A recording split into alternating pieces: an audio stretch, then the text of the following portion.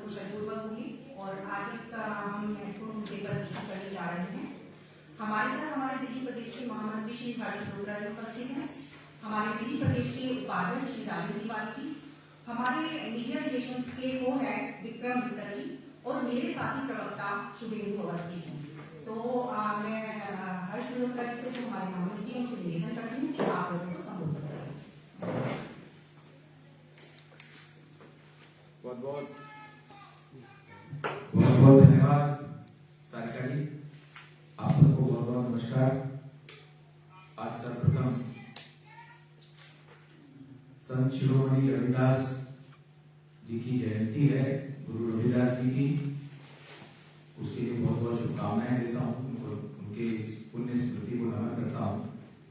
मेरे साथ इस प्रेस वार्ता में उपस्थित प्रदेश के उपाध्यक्ष भाई राजीव तिवारी जी, हमारे प्रवक्ता सारिका जी, शुभेंदु अवस्थी जी, मीडिया रिलेशंस के को कन्वीनर विक्रम जी, उपस्थित पत्रकार साथियों, आज दिल्ली के इतिहास में बहुत बड़ा काला दिन है। दिल्ली की वर्तमान सरकार, जो केजरीवाल साहब जिसके मुख्यमंत्री हैं, उसको इस टर्म के 2 साल पूरे हो रहे हैं और दिल्ली में 7 वर्ष मुख्यमंत्री के तौर पे आम आदमी पार्टी की सरकार के तौर पर वो पूरे कर रहे हैं। एक तरफ दिल्ली को पेरिस बनाने के लिए कहने वाले मुख्यमंत्री जी, जो कि दिल्ली में रहते ही नहीं है, दिल्ली के अलावा बाकी सब प्रदेशों की चिंता करते हैं, वहां जाकर भी झूठे वायदे करते हैं। दूसरी तरफ दिल्ली बदहाल लगातार होती चली जा रही है, क्योंकि मुख्यमंत्री साहब को दिल्ली वासियों की और दिल्ली की कोई चिंता नहीं है। देश के अगर झूठ बोलने के पैमाने पर आंका जाए तो देश के सबसे ज्यादा झूठ बोलने वाले मुख्यमंत्री हैं। देश की भ्रष्टतम राज्य सरकारों में से सबसे ज्यादा भ्रष्ट सरकार दिल्ली की आम आदमी पार्टी सरकार है। अगर इनके घोटालों की बात करूं, दिल्ली को शराब नगरी बनाने के लिए 3500 करोड़ हर साल का घोटाला करना इन्होंने पिछले 7 सालों में कर रहे हैं और अगले पता नहीं कितने सालों तक, जब तक ये सरकार है, अगले 3 सालों तक 3500 करोड़ रुपए एक साल के घोटाले की बात कर रहा हूं। शराब माफिया जल बोर्ड का 60,000 करोड़ का घोटाला है, जिसके लिए सीएजी लगातार पत्र लिख के 22 बार पत्र लिख के मांग कर चुकी है, उसका कोई उत्तर देने को तैयार नहीं है। ड्यूसुक में 207 करोड़ के घोटाले में सीबीआई ने एफआईआर कर दी है, जिसके एक्स ऑफिशियो चेयरमैन स्वयं मुख्यमंत्री होते हैं। उसकी जांच चल रही है और उस पर इनको सजा भी होगी। यह भी 2021 की एफआईआर है। डीटीसी बस के घोटाले की बात करूं तो 10,000 डीटीसी की बसें लाने वाले मुख्यमंत्री, जितनी बसें थी उससे भी घट के शायद 2,500 के करीब भी बसें चालू हालत में नहीं रह गई। उसमें डीटीसी बस खरीद घोटाले के लिए भी 5,000 करोड़ रुपए का घोटाला है। जो बसें इन्होंने खरीदनी थी उसके लिए केंद्र सरकार ने भी 480 करोड़ रुपए का अनुदान देने की बात की थी, लेकिन पिछले 2 सालों में 480 करोड़ में एक पैसा भी खर्च नहीं कर सके। इसलिए केंद्र की सरकार ने स्वयं डीटीसी को बसें खरीद कर देने के लिए टेंडर फ्लोट किया, क्योंकि दिल्ली के मुख्यमंत्री इस पर कुछ कर सकने की स्थिति में नहीं है, करना नहीं चाहते हैं। एक इलेक्ट्रिक बस को लॉन्च किया 2 बार और जितना इलेक्ट्रिक बस का खर्चा है उससे 10 गुना ज्यादा उसके विज्ञापन में खर्च कर दिया केजरीवाल साहब। प्रदूषण कम करने की बात बार बार करते हैं, उसके लिए अलग अलग तरह के ढोंग करते हैं और उसमें भी 980 करोड़ रुपए प्रदूषण के सेस के नाम से दिल्ली की जनता से वसूला हुआ पैसा प्रदूषण के ऊपर खर्च ना करके केवल प्रदूषण के हटाने के विज्ञापन और जिसमें केजरीवाल साहब की फोटो है इसी के ऊपर खर्च किया है, किसी बात पर खर्च नहीं किया। अगर ये चाहते तो 980 करोड़ में कितने ही स्मोक टावर आ सकते थे, केवल एक स्मोक टावर का ढोंग करके रह गए। कितनी ही प्रदूषण को कम करने के लिए इलेक्ट्रिक बसेज आ सकती थी, एक इलेक्ट्रिक बस उसका भी 2 बार उद्घाटन कर दिया।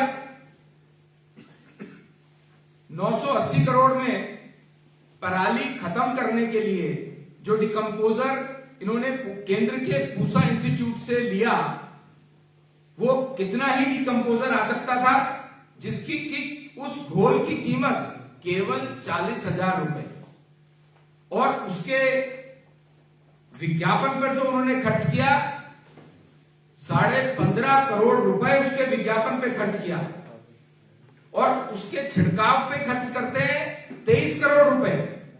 ये इनका प्रदूषण रोकने का मॉडल है, या मैं इसे दूसरे शब्दों में कहूं तो दिल्ली की जनता को मूर्ख बनाने का मॉडल प्रदूषण के नाम पर इन्होंने इस बात के लिए किया। और आप सबके ध्यान में ही है, दिल्ली विश्व की सबसे ज्यादा प्रदूषण वाली राजधानी बन गई केजरीवाल साहब के रेजिम में, केजरीवाल साहब के मुख्यमंत्री कार्यकाल के अंदर। यमुना की बात करें तो ये बार बार बोलते हैं कि यमुना नदी 15 में भी बोला और अभी फिर बोला कि यमुना नदी इतनी साफ कर दूंगा कि आप सब लोग यमुना नदी में धार्मिक त्योहारों पर डुबकी लगा सकेंगे। मुझे नहीं लगता कि यमुना नदी के जल का आचमन भी दिल्ली वासी कर सकते हैं, इतनी प्रदूषित है। और उसमें भी घोटाला, उसकी सफाई को लेकर के भी झूठी बयानबाजी। केंद्र ने 2419 करोड़ रुपए दिए यमुना की सफाई के लिए, लेकिन उसके ऊपर कुछ खर्चा नहीं किया। वो पूरे का पूरा पैसा घोटालों में केजरीवाल साहब के नेताओं की जेब में गया है। यमुना की सफाई के लिए जो बड़े 18 नाले यमुना जी में गिरते हैं उस पर सीटीपी प्लांट लगाने थे, एक भी प्लांट का काम आज तक शुरू नहीं हो पाया है। हर फ्रंट पर केजरीवाल सरकार फेल साबित हुई है, केवल झूठे वादे, और इसके अलावा केजरीवाल सरकार ने कुछ नहीं किया है। आज दिल्ली देहात के किसान भी केजरीवाल साहब के घर के बाहर बैठे हैं अपनी मांगों को लेकर के। उनको पूरे देश में बिजली सब्सिडाइज मिलती है किसानों को, दिल्ली के किसानों को किसानी का दर्जा नहीं है। दिल्ली के किसानों को बिजली और महंगी दरों पे मिलती है।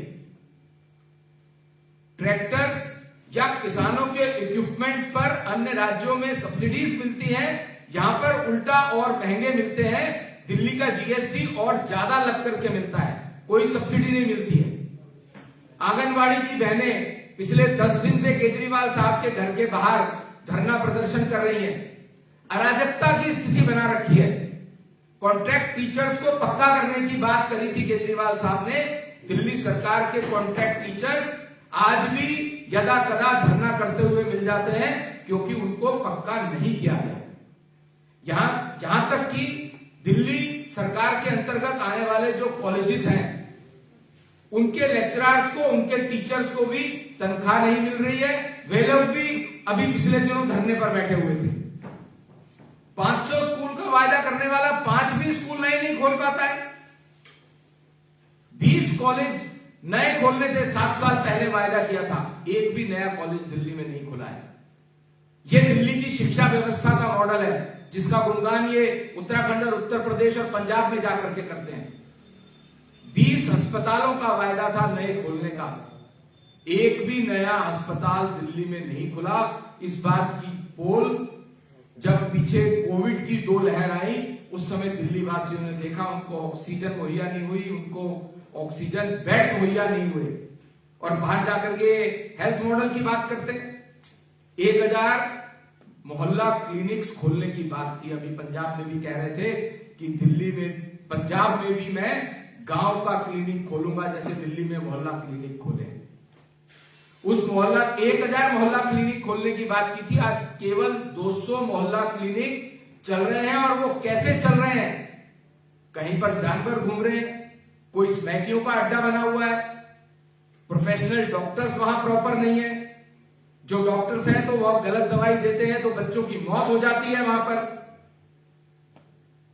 और मोहल्ला क्लिनिक पर आसपास कूड़ा घर बना हुआ है, अगर वहां पर कोई बीमारी दूर करने के लिए जाए तो नई बीमारी लेकर के आ जाए। ये दिल्ली का हेल्थ मॉडल है मित्रों। 10 लाख लोगों को रोजगार देने की बात केजरीवाल साहब ने कही थी। आरटीआई के हिसाब से केवल 3700 लोगों को पिछले 7 साल में रोजगार मुहैया करा पाए। दिल्ली की सरकार हर फ्रंट पर फेल साबित हुई है। दिल्ली वासियों को किसी तरह की कोई सुविधाएं, जो मूलभूत सुविधाएं होती हैं, वो भी आज तक उपलब्ध नहीं हो पाई।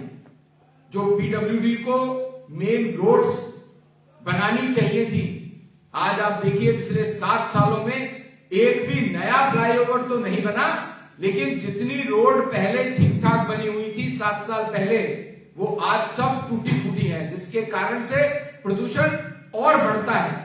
विजुअल पोल्यूशन भी बढ़ता है और जो मिट्टी उड़ती है उससे भी पोल्यूशन बढ़ता है।